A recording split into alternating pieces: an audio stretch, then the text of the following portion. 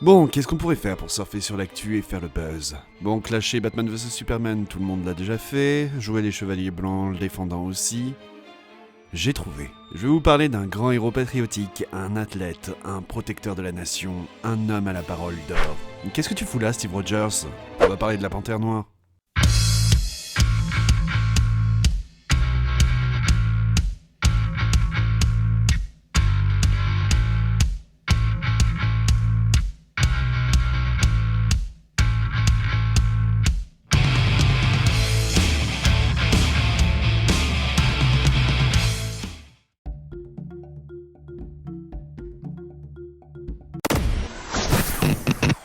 C'est Reginald Hudlin qui signe le scénario de cette histoire de la Panthère Noire, et Reginald Hudlin, il doit y avoir peu de personnes qui le connaissent. Avant de s'attaquer au monde des comics, Hudlin est connu pour être un réalisateur de cinéma, principalement pour avoir réalisé des comédies communautaires afro-américaines, bon à l'exception de son film avec Matthew Perry, pour être un producteur de Django Unchained, ou encore le président des divertissements de BATE, la chaîne communautaire afro-américaine. Du coup, quand Marvel lui laisse la chance de se lancer dans le monde des comics, il choisit le personnage de la Panthère Noire, le premier super-héros noir, et va rester avec le personnage pendant 3 ans, allant même jusqu'à écrire son union avec Storm des X-Men.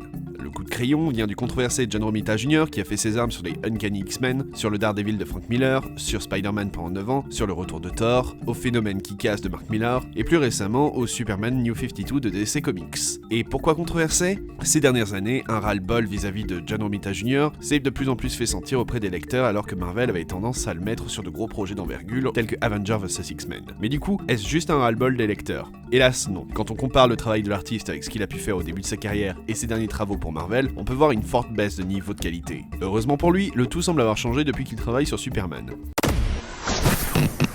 Il y a un petit pays au cœur de l'Afrique noire qu'aucun empire n'a réussi à conquérir, le Wakanda. C'est le royaume de la Panthère Noire.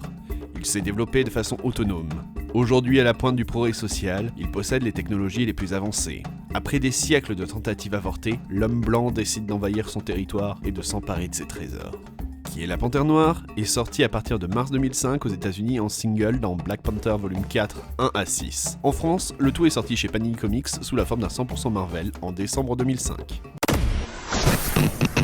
Mais c'est qui la Panthère Noire? Comme beaucoup d'autres personnages de Marvel, la Panthère Noire, ou Black Panther en VO, est une création de Stan Lee et Jack Kirby, apparu dans les pages des 4 Fantastiques en 1966, puis comme membre des Vengeurs. Le personnage aura très vite sa propre série, Jungle Action, en 1973, et plus précisément, la Panthère Noire c'est T'Challa, le roi du Wakanda, province d'Afrique centrale, connu pour être très avancé au point de vue de la technologie et pour ses gisements de vibranium. En fait, plus qu'une personne, la Panthère Noire est un titre donné aux dirigeants du Wakanda. En plus d'être l'un des plus grands esprits du monde, T'Challa a dû ingérer une plante en forme de cœur qui lui a donné un lien avec le dieu panthère, ainsi que des sens et capacités surhumaines.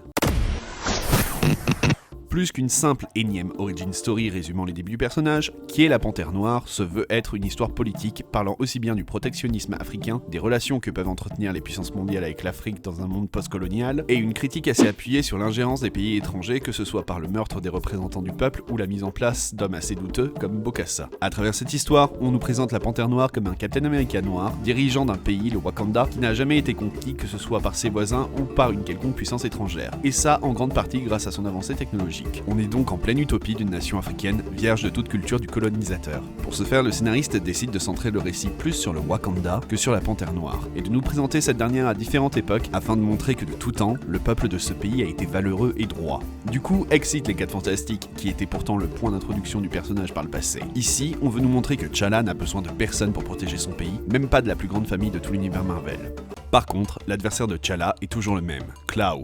Enfin, le même, pas vraiment puisque le personnage ne ressemble plus trop à son ancienne incarnation. Le scénariste se permet des libertés avec le personnage afin de le rendre plus moderne et menaçant. Par exemple, le canon sonique est remplacé par une main cybernétique capable de se transformer en différentes armes. En préparant cette chronique, je me suis rendu compte à quel point le personnage de la Panthère Noire était basé sur celui du fantôme du Bengale de Lee Falk. Tous les deux sont des héros basés en Afrique, et tous deux incarnent un rôle récupéré par le personnage le plus compétent de leur famille, afin de perpétrer la tradition. Un tas de pouvoirs du personnage sont basés sur la légende de ses exploits passés, poussant poussant les locaux à craindre le héros. On crée donc une véritable légende de la Panthère Noire tout en y rajoutant différents éléments comme le côté royal. Au final, T'Challa doit faire face à une guerre sur deux fronts, à la fois à la milice du pays voisin menée par Klaw et ses mercenaires, et de l'autre, aux États-Unis qui essayent de profiter de l'agitation ambiante pour essayer de se tailler la part du lion. Les ennemis représentent des pays qui ont colonisé l'Afrique par le passé, Klaw pour les Belges, Bartok pour les Français, Black Knight pour les Anglais mais aussi pour l'Église, ainsi que des leaders africains qui ont profité de leur peuple. Un des avantages de l'écriture de Hudlin, c'est qu'on a l'impression de lire un film tant le tout est fluide et va de soi. Qui est la Panthère Noire fait partie de ces histoires qui démarrent bien, mais qui ont tendance à un peu s'effondrer dès qu'on commence à y réfléchir. Hélas, Hudlin n'évite pas quelques écueils qui viennent gâcher l'ensemble. L'un d'entre eux est de vouloir donner un caractère trop noble au Wakandais, en faisant presque un peuple parfait, sous-entendant presque que le mal ne provient pas de l'intérieur, mais des étrangers, et refermant encore plus le pays sur son isolationnisme.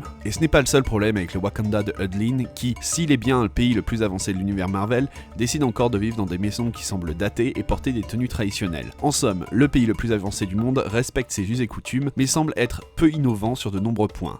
Pire, on apprend au détour d'une conversation que le pays possède le remède contre le cancer, mais ne le partage pas avec le reste du monde, de peur que les gens en fassent une arme. En somme, les Wakandais jugent le reste du monde et préfèrent laisser mourir des milliers de personnes sous prétexte qu'ils ne sont pas assez mûrs. On pourrait croire qu'il s'agit d'une critique d'un peuple resté un peu trop longtemps replié sur lui-même, mais ici à aucun moment un personnage ne s'offusque de ce mode de pensée. Les Wakandais sont le peuple pur et les autres les méchants. Hudlin nous présente là un monde un peu trop manichéen, venant rendre son récit un peu illogique. Hudlin ne maîtrise pas non plus la science des dialogues, qui sont juste moyens, faisant parler de la même manière un Africain de l'âge paléolithique et le jeune des rues. Alors oui, le tout est plus accessible, mais fait très facilement sortir de l'histoire. Pire que ça, on a l'impression que le scénariste passe son temps à nous dire à quel point la Panthère Noire est géniale, mais sans jamais vraiment arriver à nous le montrer. La Panthère Noire n'est que très peu présente, et encore moins dans des scènes d'action. Il faut attendre pas mal d'épisodes pour le voir prendre part à un combat. Hudlin se retrouve dans la position du fan, tellement d'admiration devant un personnage qu'il n'arrive pas à aller au-delà de ce qu'il connaît déjà. Avec son discours politico-racial, Hudlin pose des enjeux en osant prendre à contre-poil le lectorat blanc et leur présentant un voyage potentiellement inconfortable dans la vie d'un Africain. En tant que lecteur, qu'on soit d'accord ou non avec le point de vue de Hudlin sur le monde, on ne peut qu'accepter et apprécier la prise de risque. C'est principalement parce que le Wakanda est si riche et qu'il est assis sur des gisements de pétrole qu'il ne veut pas forer que la Panthère Noire et son gouvernement doivent faire face à l'avarice des mercenaires et des industriels qui veulent exploiter ce pays reculé. D'ailleurs, on tente de nous montrer que c'est l'avarice et le pouvoir qui sont les moteurs du monde, et quoi de mieux pour représenter ça que les USA et le catholicisme. La position des États-Unis en tant que rapace essayant de se nourrir des restes est assez inhabituelle dans un comics, mais le problème est que le tout est très vite expédié en fin d'histoire, au point de ne pas bien comprendre où veut en venir le scénariste. Mais ce pays si en avance ne semble pas avoir des défenses si impénétrables que du temps de ses ancêtres. On pourrait même dire qu'elles sont limite non existantes. Dans un monde plein de rayons de la mort et de champs de force, on essaye de bloquer un ennemi avec des avions de chasse et des mines antipersonnelles, les mêmes qui ont tellement ravagé l'Afrique et ses civils. Alors oui, je sais, j'ai l'air assez méchant dans cette chronique, mais lors de son écriture, j'ai trouvé qu'il était assez intéressant de soulever ses défauts. L'histoire n'en reste pas moins solide et une excellente façon d'aborder le personnage de la Panthère Noire, et j'ai moi-même pris beaucoup de plaisir à le découvrir. Mais elle est aussi la synthèse d'une époque, le début des années 2000, où le comics invitait des non-initiés, voulant faire ce qu'ils voulaient, sans prendre en compte ce que sont les personnages, le contexte ou la continuité. Du coup, je suis souvent sorti de ma lecture, que ça soit en me disant que tel niveau de langage n'était pas logique, telle attitude aussi, et c'est là qu'on peut se rendre compte que le travail d'un éditeur est important.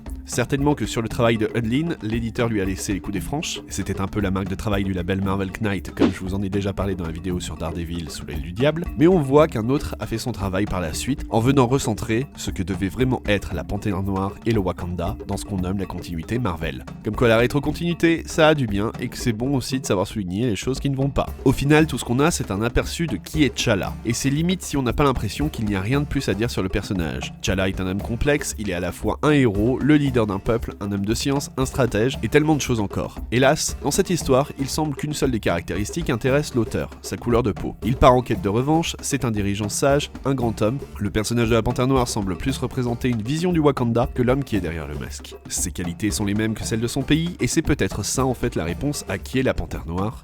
C'est le Wakanda. On a combien de chasseurs en l'air? 12, et d'autres sont en route. Mobilisons 3 sur le Rhino, qui le pilote de missiles, et que les autres se chargent de cette colonne du Niganda. Appelez-moi Mbutu.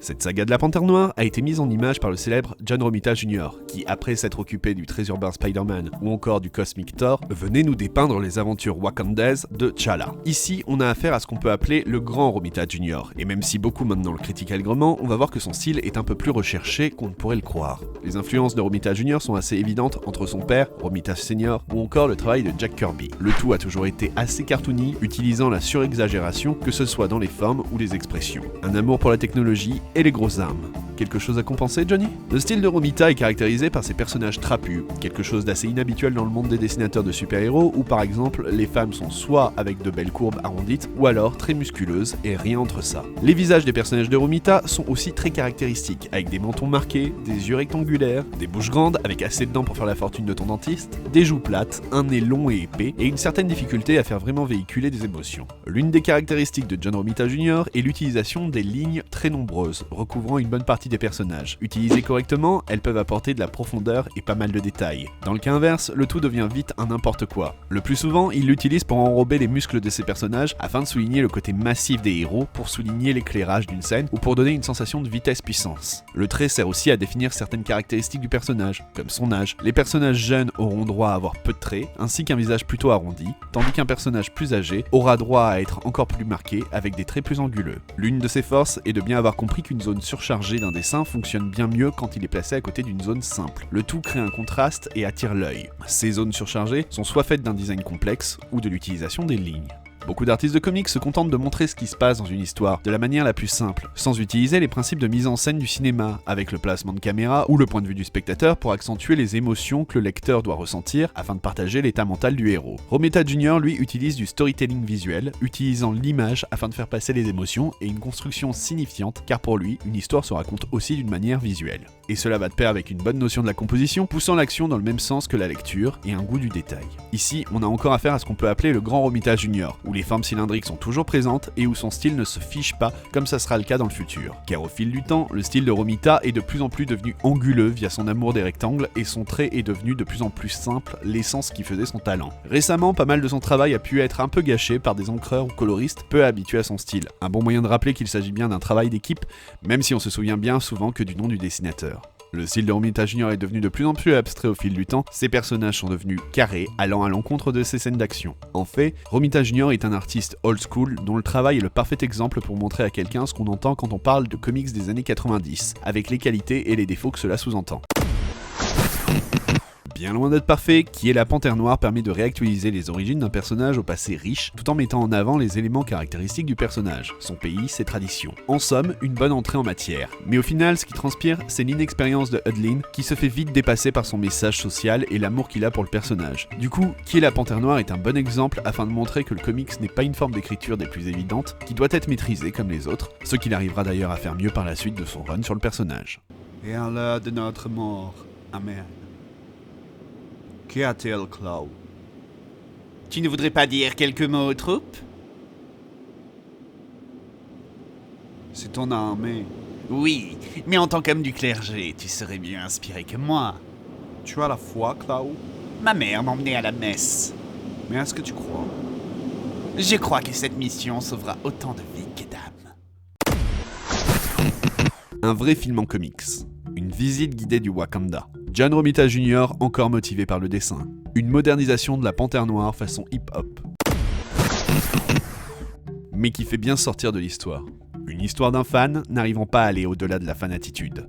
On ne devait pas parler de la Panthère Noire plutôt que du Wakanda? J'en ai donc terminé avec ce Comics in Motion, voilà de quoi un peu mieux cerner la Panthère Noire que vous avez ou allez découvrir dans Captain America Civil War. D'ailleurs, t'en as pensé quoi du personnage dans le film? Son film solo suivra-t-il la même trame que ce récit? Et si tu as lu Qui est la Panthère Noire, qu'en as-tu pensé? N'hésite pas à me donner ton avis, si tu as aimé cette vidéo, n'hésite pas à la partager sur les réseaux sociaux, c'est le plus grand service que tu peux me rendre, à faire découvrir ce comics à ton entourage, à t'abonner, à me rejoindre sur Twitter et Facebook, et on se dit à très vite pour parler à nouveau comics. See ya!